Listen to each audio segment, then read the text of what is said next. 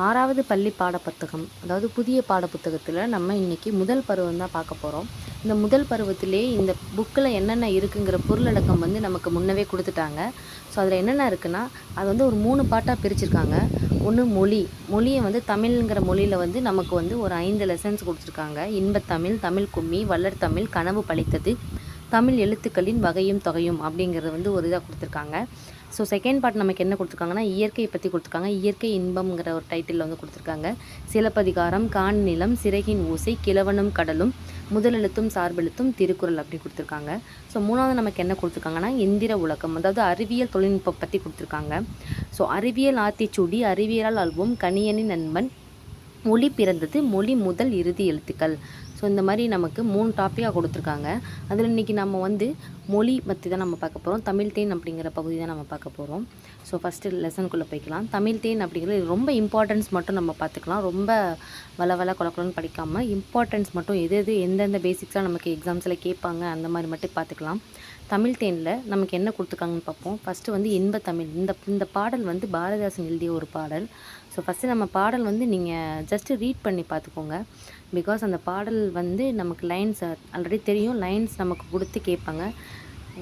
Exams எழுதினவங்களுக்கு தெரியும். But நீங்கள் பிகினர்ஸாக இருந்தீங்கன்னா நம்ம கண்டிப்பாக அதை வந்து படிச்சிருக்கணும்னா ரீட் பண்ணி பார்த்துருக்கணும். ஸோ இந்த பாட்டுனா இதான் அப்படிங்கிற ஐடென்டிஃபை பண்ணுற அளவுக்கு நமக்கு ஒரு நாலேஜ் இருக்கணும்.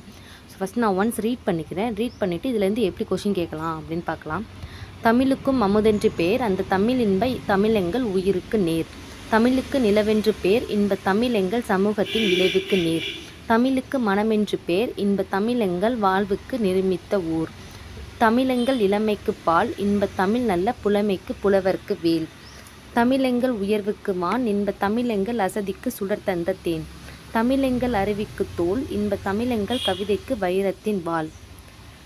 இது வந்து பாரதிதாசன் எழுதிய ஒரு பாடல். ஸோ ஃபஸ்ட் நம்ம வந்து நூல்வெளி பார்த்துடலாம். நம்ம ஸ்டார்டிங்லேருந்தே பார்க்கலாம். நூல்வெளியில் வந்து என்ன கொடுத்துருக்காங்கன்னா, பாரதிதாசன் இந்த பாடல் எழுதினவர் வந்து யாருன்னு பார்த்தா பாரதிதாசன். பாரதிதாசனின் இயற்பெயர் வந்து சுப்புரத்தினம். ஸோ அவரோட இயற்பெயர் வந்து கனக சுப்புரத்தினம். அந்த மாதிரி கொஸ்டின் கேட்டால் கூட நீங்கள் கனக சுப்புரத்தினம்னு நீங்கள் ஆப்ஷன் போட்டலாம். ஸோ இந்த பாடப்புத்தகத்தில் வந்து நமக்கு சுப்புரத்தினம் தான் மென்ஷன் பண்ணியிருக்காங்க. ஸோ பாரதியாரின் கவிதைகள் மீது கொண்ட பற்றின் காரணமாக தம் பெயரை பாரதிதாசன் என மாற்றிக்கொண்டார்.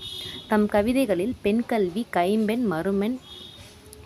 மறுமணம், பொது உடைமை, பகுத்தறிவு முதலான புரட்சிகரமான கருத்துக்களை பாடுபொருளாக பாடியுள்ளார். எனவே இவர் புரட்சி கவி என்று போற்றப்படுகிறார். இவர் பாவேந்தர் என்றும் சிறப்பிக்கப்படுகிறார். இப்பாடல் பாரதிதாசன் கவிதைகள் என்ற நூலில் தமிழ் என்னும் தலைப்பின் கீழ் இடம்பெறுகிறது. ஸோ நமக்கு பார்த்தாச்சா. அடுத்து வந்து நம்ம இந்த பாடலோட பொருள் என்னன்னு பார்த்துடலாம். ஃபஸ்ட்டு பாரதிதாசனோட நூல்வெளி பார்த்தாச்சு. அடுத்து இந்த பாடலோட பொருள் பார்க்கலாம். பாடலின் பொருள்: தமிழுக்கு அமுதென்று பெயர், இன்பம் தரும் அந்த தமிழ் எங்கள் உயிருக்கு இணையானது. தமிழுக்கு நிலவு என்று பெயர், இன்பத் தமிழ் எங்கள் சமூக வளர்ச்சிக்கு அடிப்படையான நீர் போன்றது. தமிழுக்கும் மனமென்று பெயர், அது எங்கள் வாழ்விற்காகவே உருவாக்கப்பட்ட ஊராகும். தமிழ் எங்கள் இளமைக்கு காரணமான பால் போன்றது. நல்ல புகழ் மிகுந்த புலவர்களுக்கு கூர்மையான வேல் போன்ற கருவியாகும். தமிழ் எங்கள் உயர்விற்கு எல்லையாகிய வானம் போன்றது. இன்ப தமிழ் எங்கள் சோர்வை நீக்கி ஒளிரச் செய்யும் தேன் போன்றது. தமிழ் எங்கள் அறிவுக்கு துணை கொடுக்கும் தோல் போன்றது. தமிழ் எங்கள் கவிதைக்கு வைரம் போன்ற உறுதிமிக்க வாள் ஆகும் அப்படின்னு கொடுத்துருக்காங்க. ஸோ இந்த பாடலோட பொருள் வந்து இவ்வளோ தான். ஓகே, இந்த இதில் வந்து நமக்கு என்ன மாதிரி கொஸ்டின்ஸ் வந்து கேட்பாங்கன்னு பார்ப்போம். ஸோ சொல்லும் பொருளே வந்து கொடுத்துருக்காங்க. நிருமித்த அப்படின்னா உருவாக்கிய, விளைவு அப்படின்னா வளர்ச்சி, சமூகம் அப்படின்னா மக்கள் குழு, அசதி அப்படின்னா சோர்வு. ஓகே, இதில் எப்படி கொஸ்டின் கேட்பாங்கன்னா, ஃபஸ்ட்டு நம்ம சொல்லும் பொருள் நம்ம பாடல்லேருந்தே பார்க்கலாம். பாடலில் வந்து தமிழுக்கும் அப்படின்னு ஸ்டார்ட் பண்ணி வைரத்தின் வாள் அந்த மாதிரி கேட்பாங்க. ஸோ இந்த பாடல் வந்து யார் எழுதுனா அந்த மாதிரி கேட்கலாம். இல்லைனா இந்த பாடல் வரிகள் வந்து எந்த இடத்துல வந்து எந்த பாடத்தில் எந்த நூலின் தலைப்பு கீழ் வந்து நமக்கு இடம்பெற்றிருக்குன்னு கூட மாதிரி கேட்கலாம். ஸோ தமிழுக்கும் அமுதென்று பேர், இந்த பாடல் வந்து இன்பத் தமிழ் அப்படிங்கிற ஒரு பாடப்பகுதியில் நமக்கு இடம்பெற்றிருக்கு. இதை எழுதியவர் யாருன்னு பார்த்தா பாரதிதாசன். இது எந்த தொகுப்புலேருந்து இடம்பெற்றிருக்குன்னு பார்த்தோம். ஸோ இந்த மாதிரி இருக்கும் பாருங்கள். அதாவது இப்பாடல் பாரதிதாசன் கவிதைகள் என்ற நூலில் தமிழ் என்னும் தலைப்பின் கீழ் இடம்பெற்றுள்ளது.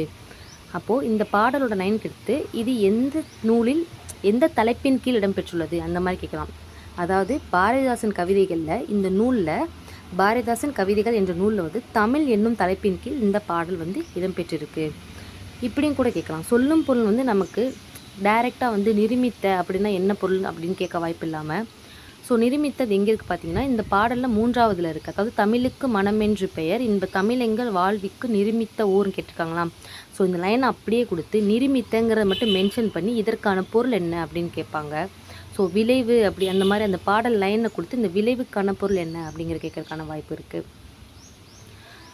இந்த பாடலோட பொருள் பார்த்திங்கன்னா, தமிழுக்கு அமுது என்று பெயர், தமிழுக்கு நிலவு என்று பெயர், அந்த மாதிரி கேட்கும்போது இப்படி அதாவது ஒரு டிஎன்பிஎஸ்சி கொஸ்டின்லேயே கேட்டிருக்காங்க. அதாவது தோல் போன்றது அப்படின்னா அறிவுக்கு தோல், உயர்வுக்கு வானம், இளமைக்கு பால். ஸோ தமிழ் எங்கள் இளமைக்கு பால் போன்றது, புகழ் மிகுந்த புலவர்களுக்கு கூர்மையான வேல் போன்றது. புலவருக்கு அப்படின்னு சொல்லிட்டு அங்கே ஆப்ஷன்ஸில் 4 ஆப்ஷன்ஸ் வந்து நமக்கு சஃபில் பண்ணி வச்சுருப்பாங்க. ஸோ இளமைக்கு பால் போன்றது, உயர்வுக்கு வானம் போன்றது, அறிவுக்கு தோல் போன்றது, அந்த மாதிரி சஃபில் பண்ணி கேட்பாங்க. அதை நம்ம கரெக்டாக மேட்ச் பண்ணுற மாதிரி கூட நமக்கு கொஷின் கேட்டிருக்காங்க இதுக்கு முன்னாடி. ஸோ நூல்வெளியிலேருந்து கொஷின் கேட்பாங்க, பாரதிதாசோட இயற்பெயர் கேட்பாங்க, அவங்க வந்து என்ன மாதிரி கவிதைகள், எந்த ஒரு டைப்பில் வந்து கவிதைகள் எழுதியிருக்காங்கன்னு கேட்பாங்க.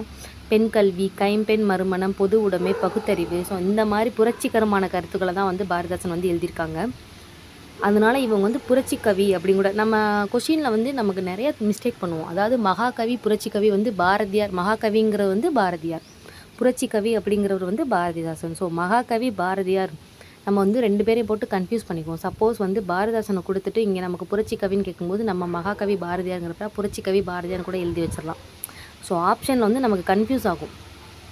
ஸோ நல்லா படித்து வச்சுக்கணும். புரட்சி கவி பாவேந்தர் அப்படின்னா பாரதிதாசன், மகாகவி அப்படின்னா பாரதியார். இவர் வந்து இவருடைய இயற்பெயர் வந்து கனக சுப்புரத்தினம். பாரதியாரோட கவிதைகள் மீது கொன்ற பற்றின் காரணமாக இவர் தம் பெயரை பாரதிதாசன் என மாற்றிக்கொண்டார். ஸோ இந்த லெசனில் வந்து கடைசியில் பார்த்தீங்கன்னா கற்பவே கற்றபின் அப்படிங்கிற ஒரு டாபிக் கீழே தமிழே உயிரே வணக்கம், தாய்ப்பிள்ளை உறவம்மா உனக்கும் எனக்கும், அமிழ்தே நீ இல்லை என்றால் அத்தனையும் வாழ்வில் கசக்கும் புளிக்கும், தமிழே உன்னை நினைக்கும் தமிழன் என் நெஞ்சம் இனிக்கும் இனிக்கும். ஸோ இந்த பாடல் எழுதியவர் யாருன்னு பார்த்தா காசி ஆனந்தன். ஸோ இந்த தமிழ் இன்ப தமிழ் அப்படிங்கிற ஒரு டாபிக் கீழேயே ஸோ 2 பாடல் கொடுத்துருக்காங்க. இதுலேயும் நமக்கு கன்ஃபியூஸ் ஆகும். நம்ம இந்த பாட்டையும் படிச்சிருப்போம், அந்த பாட்டையும் படிச்சிருப்போம். ஸோ இந்த பாட்டை போய் நம்ம பாரதிதாசன் எழுதி வைக்கிற மாதிரி நமக்கு ஸோ நல்லா தெளிவாக படிச்சுக்கணும். தமிழே உயிரே வணக்கம், தாய்ப்பிள்ளை உறவம்மா உனக்கும் எனக்கும், அந்த பாடலை எழுதியவர் யாருன்னு பார்த்தா காசி ஆனந்தன். ஸோ அதை நம்ம 2-3 டைம் வந்து நல்லா ரீட் பண்ணி பார்த்துக்கணும். ஸோ இந்த மாதிரி கேட்பாங்க. அடுத்து இந்த புக் பேக் கொஷின் பார்த்துக்கலாம். ஏற்ற தாழ்வற்ற சமூகம் அமைய வேண்டும், 4 ஆப்ஷன் கொடுக்கும்போது நமக்கு அதில் வந்து சமூகம் அமைய வேண்டும் தான் வரும். நாள் முழுவதும் வேலை செய்து களைத்தவர்களுக்கு அசதியாக இருக்கும், ஆப்ஷன் இ வந்து நமக்கு இருக்குது. நிலவு கூட்டல் என்று என்பதனை சேர்த்து எழுத கிடைக்கும் சொல் வந்து நிலவென்று. அடுத்து தமிழ் கூட்டல் எங்கள் என்பதை சேர்த்து எழுத கிடைக்கும் சொல் வந்து தமிழ் எங்கள், ஆப்ஷன் ஆ வந்து வரும். அமுதென்று என்னும் சொல்லை பிரித்து எழுத கிடைப்பது அமுதென்று, அமுது கூட்டல் என்று, அமுதென்று அப்படின்னு கொடுக்கும், அதுவும் ஆப்ஷன் ஆ வந்து கிடைக்கும். செம்பயிர் என்னும் சொல்லை பிரித்து எழுத கிடைப்பதுன்னா செம்மை கூட்டல் பயிர், ஆப்ஷன் ஆ வந்து செம்மை கூட்டல் பயிர் தான் வரும். ஸோ நான் சொன்ன மாதிரி வந்து இன்பத்தமிழ் பாடலின் கருத்துக்கு ஏற்றபடி பொறுத்துக.